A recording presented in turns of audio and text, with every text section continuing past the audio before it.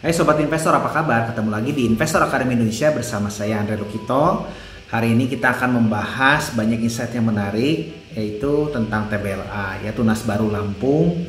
Bagaimana pandangan Pak Donald dan CVV dari segi teknikal. Ya, akan ada beberapa insight dan highlight-highlight yang mungkin di video saya sebelumnya belum di-highlight. Nah, ini Pak Donald memberikan insight yang luar biasa. Ya, patut kita saksikan ya. Tapi sebelumnya bagi teman-teman yang ingin menonton video tentang TBLA dari saya sudah sediakan di sini videonya, silahkan ditonton dulu ya. Dan juga kalau bagi teman-teman bagaimana tahu caranya untuk membedah emiten, saya akan cantumkan di sini juga. Nah, bagi teman-teman yang ingin mengetahui kisah sukses Pak Donald, saya akan cantumkan di sini. Ya, nonton dulu ya, biar teman-teman bisa paham juga bagaimana kinerja Pak Donald atau enggak Pak Donald sebelumnya seperti bagaimana. Oke, nah tapi bantu share juga teman-teman di sini. Dan subscribe ya maksudnya ya, dan bantu komen di bawah kira-kira teman-teman suka nggak dengan videonya, dan mendingan menurut teman-teman sendiri perlu nggak kita membahas TBLA lebih dalam, dan kita setiap ada update apa kita akan bahas. Dan bagi teman-teman, apakah TBLA ini multi bagger atau bukan, silahkan bantu komen di bawah ya. Oke, ayo kita mulai videonya.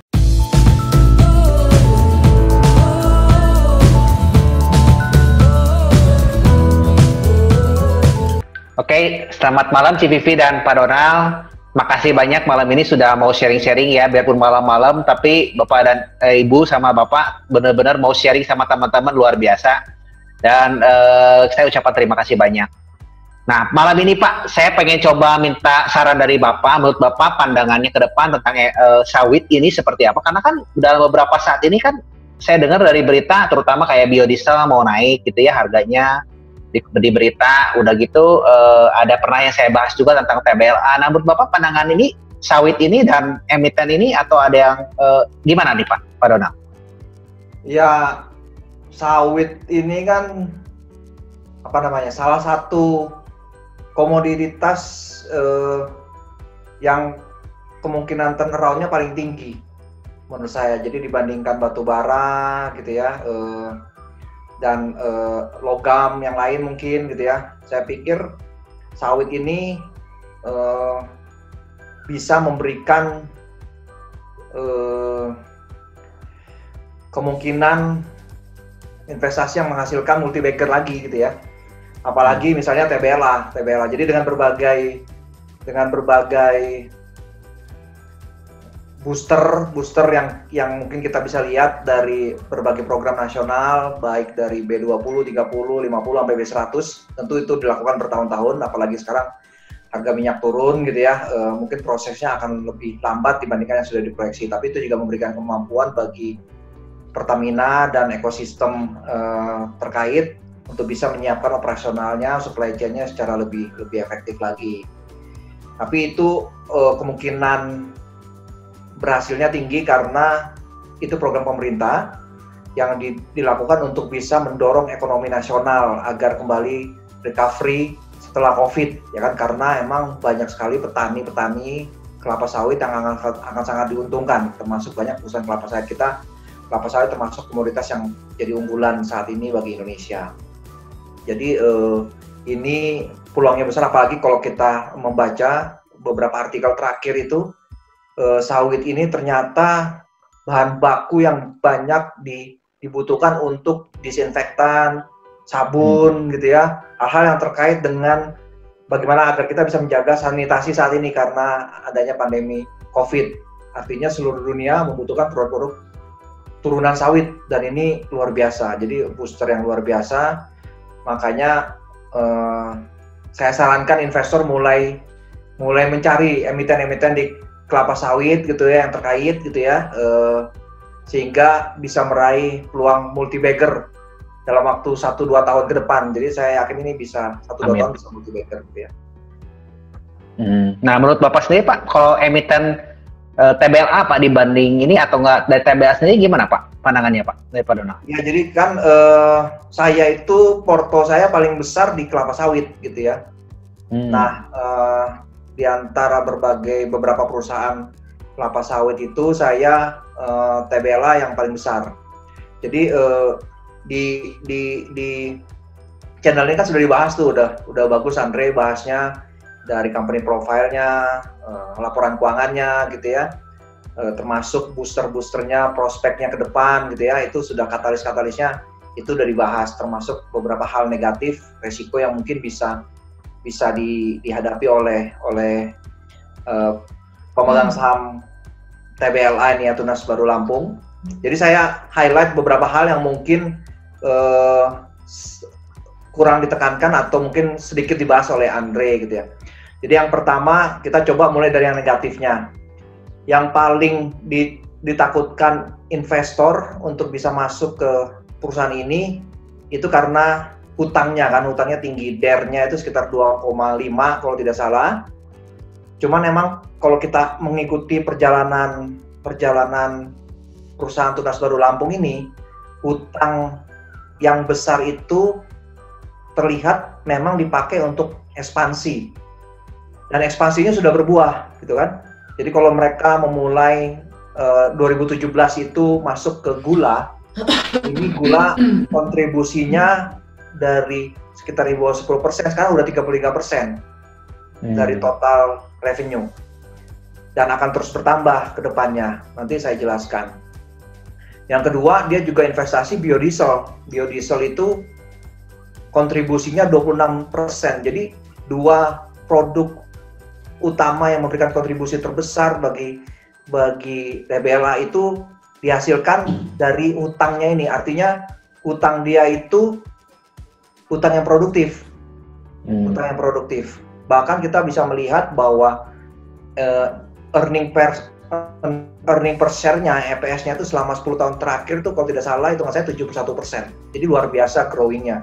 Dan emang ini di leverage, dan itu sebenarnya tujuan hutang kita bisa meleverage berbagai rasio keuangan dari EPS, ROE, ROA gitu ya. Dan kita tahu itu dipakai untuk ekspansi dan sudah berbuah. Bahkan akan berbuah tahun depan lebih dahsyat lagi gitu ya, lebih dahsyat lagi. Kita juga lihat kalau di neraca dia itu asetnya itu sangat tinggi. Jadi artinya emang benar-benar itu bangun pabrik gitu ya, ekspansif. Tahun 2020 ini TBLA itu akuisisi atau akan menambah perkebunan di gula itu 14.000 hektar. Padahal sebelumnya kapasitas perkebunannya itu untuk gula hanya nggak nyampe 9.000 hektar. Artinya ada pertambahan sekitar 150% kebun gulanya. Jadi dia nggak perlu lagi impor gitu ya. Ada 20% yang di refinery-nya itu impor karena emang demand gula di Indonesia ini luar biasa tinggi, dan ada gap yang besar antara kapasitas sama demand. Supply sama demand itu gapnya tinggi. Nah, dia masuk ke sini gitu ya, menambah perkebunannya 14.000 hektar, itu naik 150% dari sebelumnya. Biodiesel juga naik 150%, sorry. Jadi dia di akhir tahun ini pabriknya akan commissioning Oktober, sehingga dia coba produksi yang sebelumnya itu hanya sekitar 3.000 ton gitu ya per tahun, ini jadi 7.500 ton kalau tidak salah per tahun. Jadi ini luar biasa. Dari 300.000 ton ke 750.000 ton per hari. Jadi per harinya itu yang sebelumnya cuma 1.000 ton per hari, di akhir tahun itu sudah bisa menjadi 2.500 ton per hari di November. Kita juga udah lihat bahwa permintaan dari Pertamina ke TBLA ini meningkat kalau tidak salah 50% ya di tahun 2020. So far sampai semester 1 itu masih terjaga. Jadi hutang yang besar ini seharusnya akan terbayar gitu ya. Jadi 2022 khususnya 2023 itu akan turun signifikan seiring dengan pertumbuhan laba yang dihasilkan oleh perusahaan, dan perusahaan emang berniat untuk membayar hutangnya. Artinya mungkin dividen yang akan diberikan kepada para pemegang saham akan dikurangi, karena itu sebagian laba ditahan akan digunakan untuk membayar hutang. Jadi secara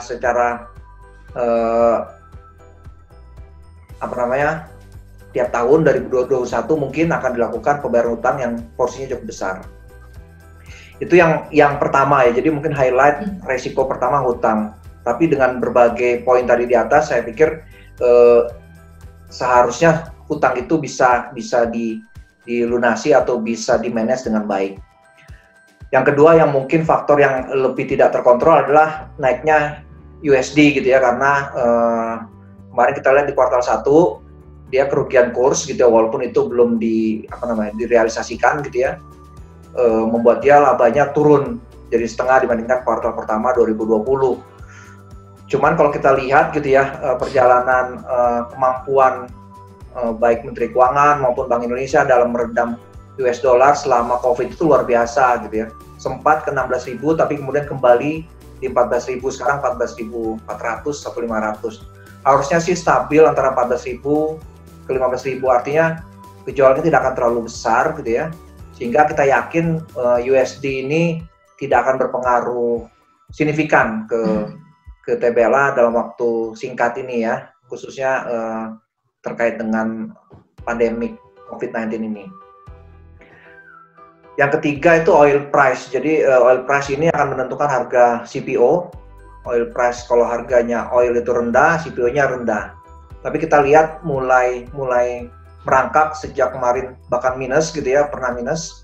Sekarang sudah mulai naik lagi dan konsumsi bensin itu udah mulai naik di seluruh dunia. Jadi harusnya ini no issue lagi. Artinya CPO akan mulai naik bertahap seiring dengan pulihnya aktivitas ekonomi dunia. Tentu tampaknya tidak secepat seperti yang diperkirakan, artinya tidak berbentuk V-shape, tapi mungkin akan lebih lambat lah ya, lebih lambat gitu ya, mungkin lebih kayak Nike gitu ya, lebih Nike. Jadi beberapa hal yang negatif yang sebenarnya ditakuti oleh investor itu menurut saya tidak relevan gitu ya, begitu kita mendalami fakta-fakta yang ada. Nah, coba kita lihat hal-hal positif yang mungkin juga kita bisa tekankan di sini untuk bisa berinvestasi di Tunas Baru Lampung. Yang paling surprise, yang paling mengagetkan banyak orang itu pada saat kemarin beberapa bulan yang lalu Tunas Baru Lampung ini mengganti klasifikasinya. Yang sebelumnya berada di agribisnis, dia sekarang ada di konsumen. Dan argumennya sangat baik karena ternyata produk dia yang utama itu tadi kita tahu dia punya produk cross brand baik di gula maupun di minyak goreng. Dan gula itu kontribusinya udah 33%. Minyak goreng sekitar 22%. Jadi udah majority ini sekarang dia bergeser di branding kan. Artinya produk-produk konsumen yang punya brand gitu ya.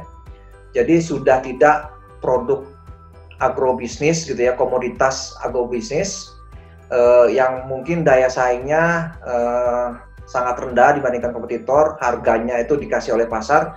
Nah, kalau sekarang dia mulai masuk ke kategori brand yang kemudian dia bisa bermain di harga gitu ya.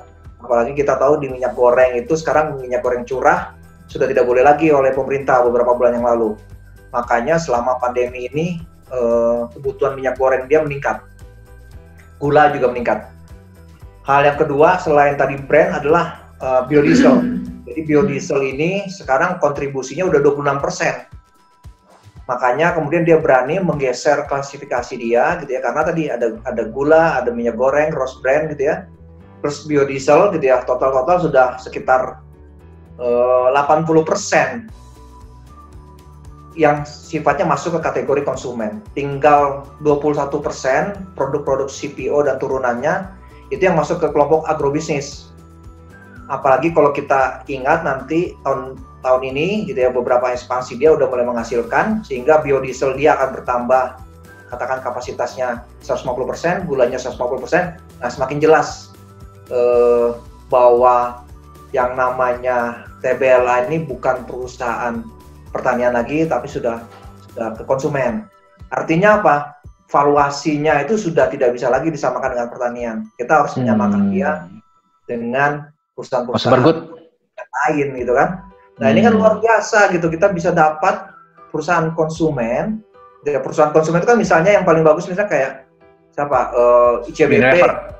Ya, Mayora. Sido gitu ya, Ultra Jaya, Kacang Garuda Good gitu. Itu kan kalau kita lihat PBV-nya itu di atas 3 gitu. Betul. Dan pair-nya itu rata-rata di atas 12-15 gitu ya. Nah, kalau mama kita lihat itu gitu kan, artinya nanti target price-nya ini kita lihat misalnya di 2021 lah, semakin harusnya di kuartal kedua 2020 udah mulai kelihatan karena rugi kursnya itu sudah tidak ada ya kan, sehingga pair-nya itu bisa akan mencapai 3, gitu ya, 3, di harga sekarang misalnya. Nah, valuasinya berbeda. Kalau mama tadi dia kan book value dia tuh 1018 kalau tidak salah. Kalau kita ngikutin consumer good itu PBB-nya di atas 3, 4 atau 5, bahkan Unilever tuh luar biasa sampai 40-an gitu ya. Pair-nya itu sekitar 10-15, kadang-kadang lebih. Ultra Jaya itu sudah di atas 15 dan bahkan owner-nya beli terus nih, buyback. Jadi kalau mama dia katakan dia PBV-nya 3 aja, atau nggak usah 3 lah, 2-3 ya, berarti kan sekitar 2000 sampai 3000. Apalagi tahun depan keuntungannya naik, book value-nya akan naik gitu ya. Jadi saya pikir dia akan bisa di akhir tahun depan itu sekitar 2.500-3.000 gitu ya. Anggaplah 2.500 gitu ya. Artinya kan harga kemarin penutupan itu di bawah 600. Kalau dia bisa ke 2.500 itu kan 4 kali lipat gitu ya dalam 1 tahun. Bayangin aja kita bisa mendapatkan sebuah saham yang bisa memberikan potensi kenaikan Baker 4-5 kali lipat atau mungkin lebih dalam waktu 1 tahun. Nah, tentu ini proyeksi di atas kertas gitu ya. Apakah kemudian nanti ada berbagai hal yang membuat perhitungan ini bisa jadi lebih kecil, bisa jadi lebih besar, itu soal nanti kita mungkin bisa update itu sesuai dengan perkembangan bisnis ke depannya gitu ya. Sehingga tapi kan dari perhitungan secara logis, jika valuasinya disamakan dengan perusahaan-perusahaan consumer goods, artinya PBV-nya di atas 3, pair-nya di atas 12, ya kan? Ada potensi kalau mau dia, kita tadi pakai PBV, kalau pakai pair aja, anggaplah dia sekarang pair-nya 3 gitu ya, 3 koma gitu ya. Kalau mau dia bisa ke 12, itu bisa hampir 4 gitu. Jadi ini kayak mutiara terpendam. Jadi saya sih Aksir berat.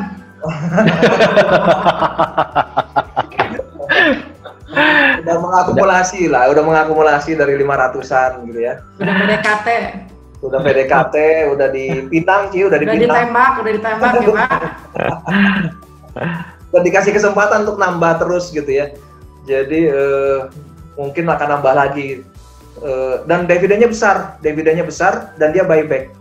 Ya kan? Jadi ada waktu nunggu, dia buyback, artinya kan per 3 itu kan kita masih memakai laporan kuartal 1 gitu kan dengan harga saham waktu dia belum buyback. Kemarin dia buyback 300 miliar dan akan ditambah lagi 90 miliaran. Artinya akan banyak saham yang akan diserap oleh perusahaan sehingga jumlah saham beredar makin kecil, EPS-nya makin besar gitu kan. Nah, ini kan luar biasa gitu ya. Jadi kapan lagi nih kita bisa dapat saham consumer goods yang kita bisa wariskan ke anak cucu atau buat pensiun gitu ya. Dengan harga murah ya. Besar ini gitu kan. Betul. Dan relatively resiko-resikonya udah termitigasi. Mantap, luar biasa. Ini saham agri rasa konsumer ya Pak? Iya, saham agri rasa konsumer. Belum banyak orang aja yang sadar. Yang tahu ya. Masih anggapnya mungkin masih mindsetnya agri terus ya Pak ya. Makanya dibandingkannya dengan agri ya. Betul, gitu. betul. Nah, ya, ini saya mau... Kita masuknya juga karena tahu dia di agri, di kelapa sawit. Tapi ternyata kan dengan coba menggali informasi ternyata ada mutiara nih. Pindah kelas ya. Betul, pindah kelas ya.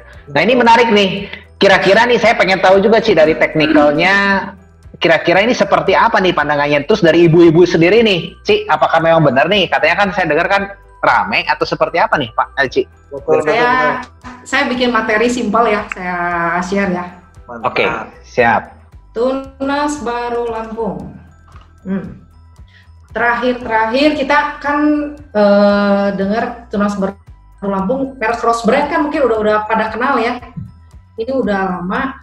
Dan Tunas Baru Lampung itu salah satu yang membedakan dia dengan emiten agri lainnya karena dia punya produk consumer good dengan merek cross brand. Ini nih produk-produk dia. Dan kemarin kan kita jadi sering rajin belanja ke supermarket ya, kalau WFH bikin apa. Saya tuh kemarin sempat beli gula tepung biasanya merek cross brand dulu plastiknya jelek cepat sobek. Kemarin jadi bagus Pak packagingnya. Terus jadi lebih banyak varian dari merek cross brand, lebih menarik. Nah ini mungkin bisa dijadikan alasan salah satunya dia bisa pindah kelas ke consumer good karena dia barang-barang ini kan barang-barang consumer good ya. Jadi dengan dasar ini saya melakukan compare dengan sektor consumer good lainnya. Ini saya coba bandingin sama yang namanya Mayora, Good, Kino. PI rasio dari sektor dan industri sekitar 14, sementara TBLA masih di angka 7, jadi dia masih kecil dibanding Mayora juga 13, Good juga 17, Kino 20. Saya nggak bandingin sama Unilever karena Unilever udah paling gede ya. Terus book value-nya, secara book value, secara industri 2,5, sektoral ada 3,2, TBLA masih di bawah 1, 0,57. Sementara teman-temannya Mayora di 4,6, Good di 3,4, Kino di 1,74. Nah ini keunggulan dari TBLA. Saya lihat kelemahannya juga kita supaya fair ya. Kita bandingin juga consumer good, rasio utangnya buat teman-temannya gimana sih? Nih, di sektor industri saya pakai ini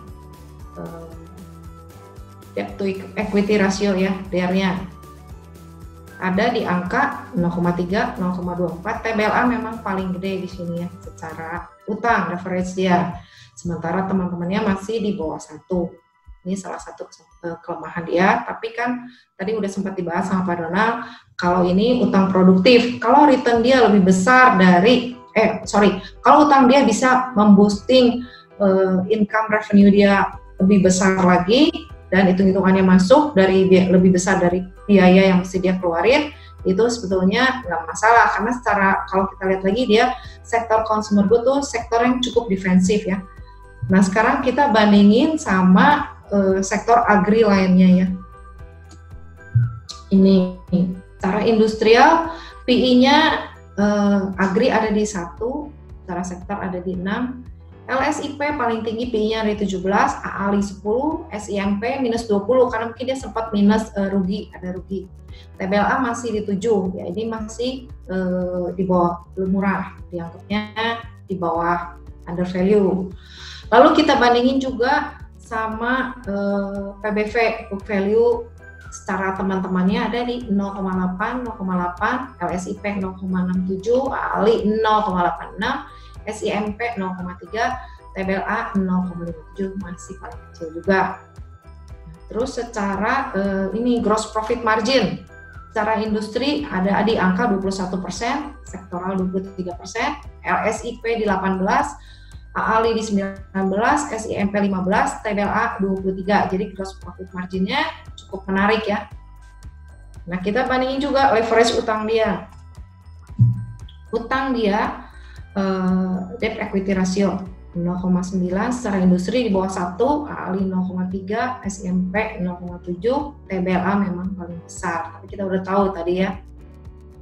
Nah ini secara komparasi dari sektor agri dan sektor consumer good. Nah ini saya bandingin juga pergerakan dia sendiri tuh punya pergerakan sendiri kan TBLA secara personal ya. Ini pergerakan dia 5 tahun. Bergerak paling sering itu di range ini PI 5 sampai di 8 ya. Di sini paling banyak, paling lama. Dia pernah sampai PI 20 paling tinggi. Paling bawah sempat sampai PI sekitar sini 5 dan 1,3 sekitar 3-an. Nah, ini ada di sini dia mau naik kelas sih kalau lihat kayak begini. Nah, ini secara PI band. Ini membandingkan fundamental dan teknikal pergerakan dia biasanya bergerak di PI berapa sih? Nah, ini PI standar deviasi. Nah ini sahamnya sendiri, pergerakan Tunas Baru Lampung tuh seperti ada di berapa sekarang. Kalau saya lihat, ini adalah saya pakai MA20, ini MA50. Setelah dia di bawah, bottoming sini, dia cross up MA20, bisa dibilang Kalau di atas MA20 saham udah mulai uptrend ya. Ini juga MACD-nya udah di atas borderline. Ini kita bisa lihat udah reversal up. Ini MA50, ini MA20. Terus ini presentasi dari yang slideshow. Saya pindah ke online trading kita ke chartnya ya, supaya bisa tarik jalur lebih lama, selama waktu. Nih, Tunas Baru Lampung.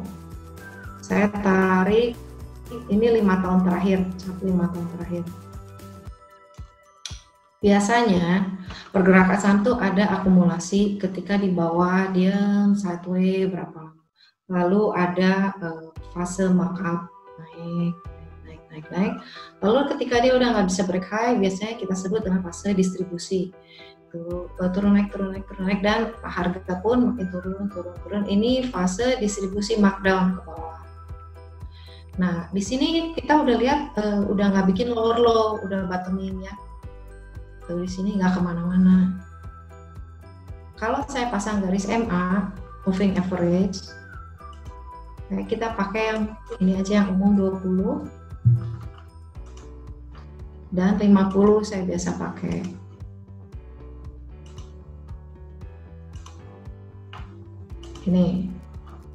Ini udah motong ke atas, harga udah bergerak di atas 2 MA ini. Udah bisa diasumsiin, udah mulai bayarnya udah mulai ada.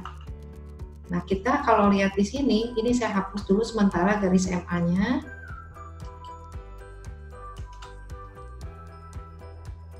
Pergerakan setelah TBLA turun terus di sini curang, mulai ketahan dan bertahan di level sini nih. Ini support beberapa, ini level sini sekitar 500-an, nggak tembus ke bawah ya. Tapi dia juga nemu resisten di sini area 580. Jadi kita bisa asumsiin sementara TBLA bergerak sideways di range 500 sampai 580. Kalau saya bikin channelnya berarti ada di sekitar begini.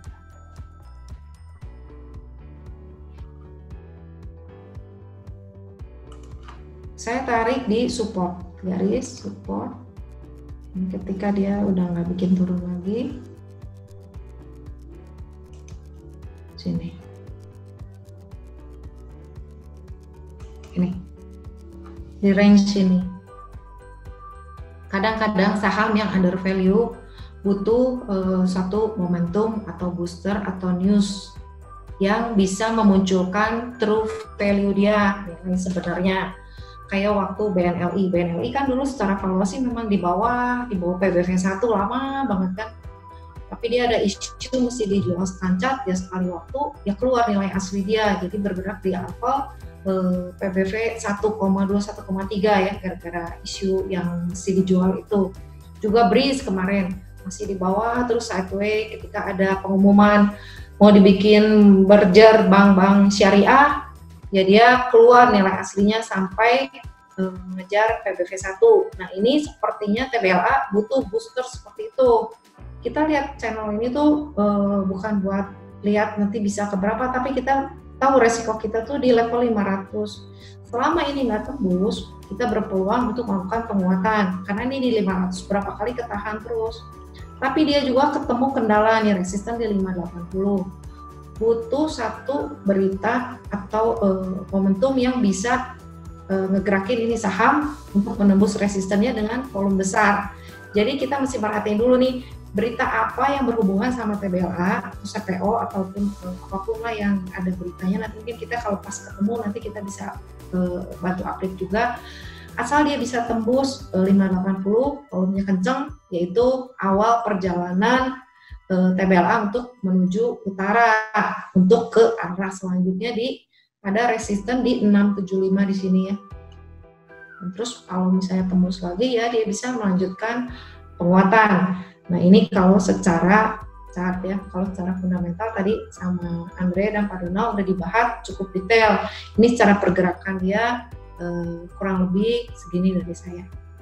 Ya gitu sih. Oke. Jadi kalau kita bicara tuh resikonya memang sudah terbatas ya di channel itu, yang mau nyicil udah bisa mulai ngikutin di channel itu aja ya Pak sih ya, kurang lebihnya kurang lebih range akumulasi ya. Tapi kalau udah tembus 580 ya hati-hati, apalagi kalau volumenya gede berarti udah ada uang gede yang mulai masuk.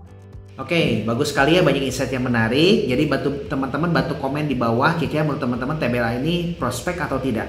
Ya, apakah calon multi-bagger atau bukan. Jangan lupa bantu share videonya, jangan lupa juga bantu subscribe. Oke, see you the next video. Thank you.